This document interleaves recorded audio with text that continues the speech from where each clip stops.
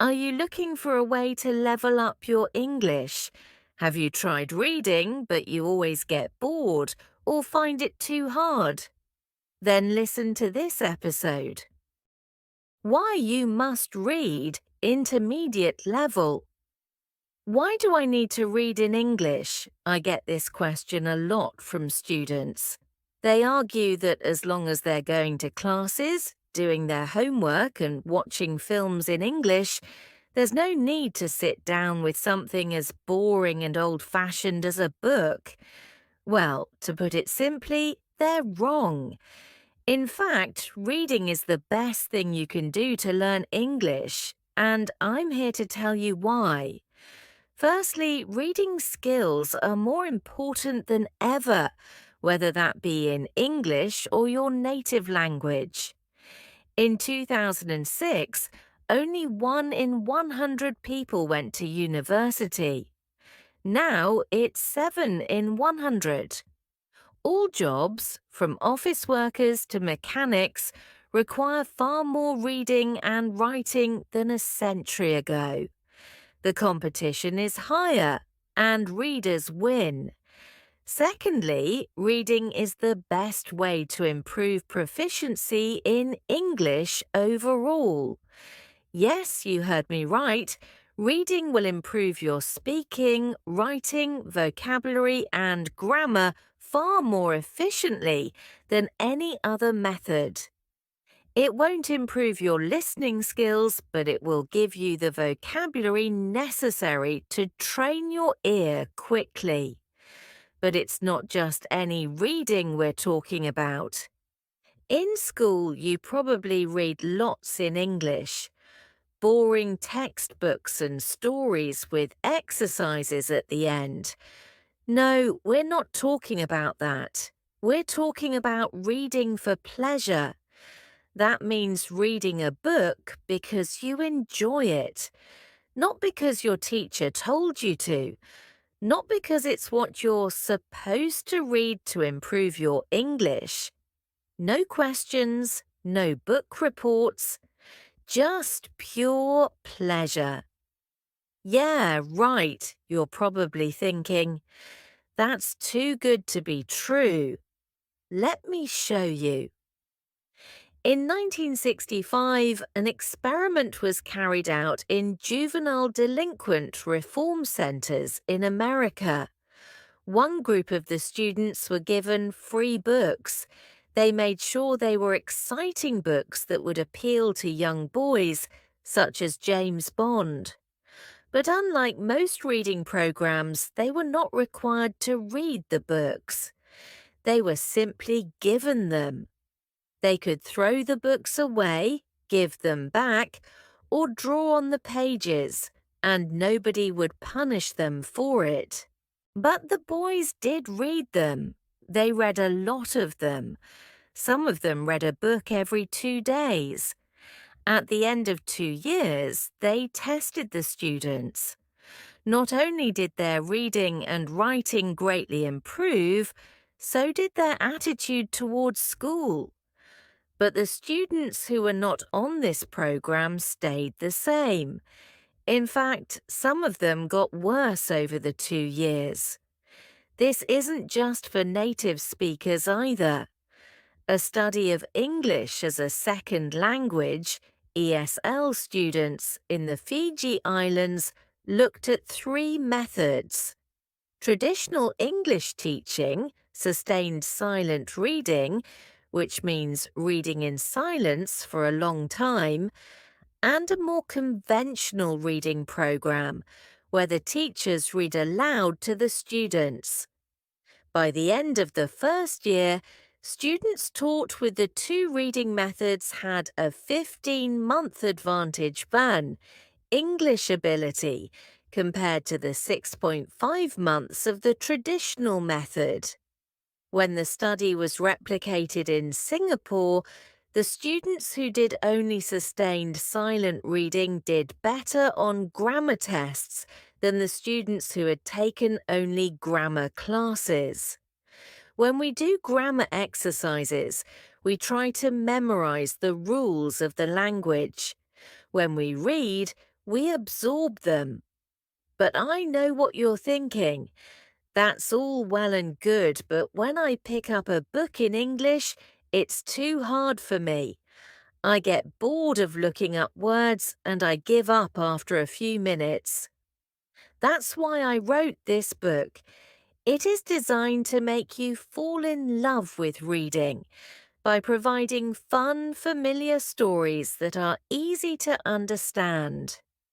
The stories gradually increase in difficulty and length so that you can feel a sense of progression and success at the end. Most of them were originally released on my podcast, The Storytellers Hub in English, but they have been rewritten and improved for this book, as well as having a version for each language level. They are a mix of classic and less popular fairy tales, as well as one that I wrote myself. Again, I know what you're thinking. Fairy tales, but those are for kids. I need useful vocabulary about business and science and technology. There's no way to make that fun. The thing with language is there isn't such a big difference between important language and fun language. We use a wide range of words when talking about technical topics as well as chatting with our friends. A study by Macquillan examined vocabulary in 22 novels and found that they included 85% of words on academic word lists. Rolls and Rogers found that if a student read 1 million words of science fiction, they would acquire many of the technical words required for a science degree. So, yes, reading fairy tales will help your English in all areas, even for academic purposes. As an English teacher, I've seen many times that the students who do the best are those who read the most. For IELTS, for university, for business, or just for travel, reading is the factor that predicts success. But I understand if you're still unsure. When I learned about all this, I was too. But I like to experiment and I have a passion for learning languages. So in 2017, I decided to test this theory. I had wanted to learn Spanish for a long time, but aside from struggling with Duolingo and not really learning anything, I hadn't made a serious attempt. I set myself a goal. I would read 1 million words in Spanish and see what my level was afterwards. 1 million words is roughly 20 standard length novels, so it was a huge task. I started with very easy resources, like transcripts of podcasts for learners, but I avoided anything that felt too much like work. Once I'd learned the basics, I started reading translations of books that I knew in English, such as Harry Potter and A Song of Ice and Fire. You might know it as Game of Thrones. Finally, I was ready to move on to completely new books, and I fell in love with Latin American authors such as Isabel Allende, Luis Jorge Borges, and Manuel Puig. With the reading, I also listened to podcasts, but I always read the transcripts and counted the words as part of my reading. After I achieved my goal, I tested myself by writing and talking to native speakers and found I was at a decent intermediate level. I could understand almost everything I read, understand clear speech, and have conversations at a comfortable level, even though I had barely spoken the language since I started learning. I had been learning for about a year, and I had made more progress than most students make in 5 years. I didn't memorize the vocabulary and grammar rules. I absorbed them. By this point, you're either thinking, this is all complete nonsense, or you're super excited, ready to start reading for hours a day. But the next thing I'm going to say is extremely important. You must read books that are easy. You must read books that are fun. If a book is too difficult or too boring, put it down and find another one.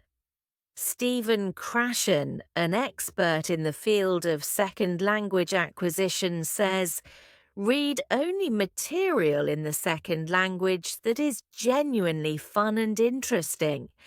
Material that is so easy that you probably feel guilty reading it in your primary language. This is your excuse to read comics, magazines, detective stories, romances, etc. There is no shame in reading translations. Ideally, you want to be reading a book so easy that when you see a word you don't know, you can understand the meaning from context. Research has shown that in order for this to happen, the text needs to be at least 98% known words.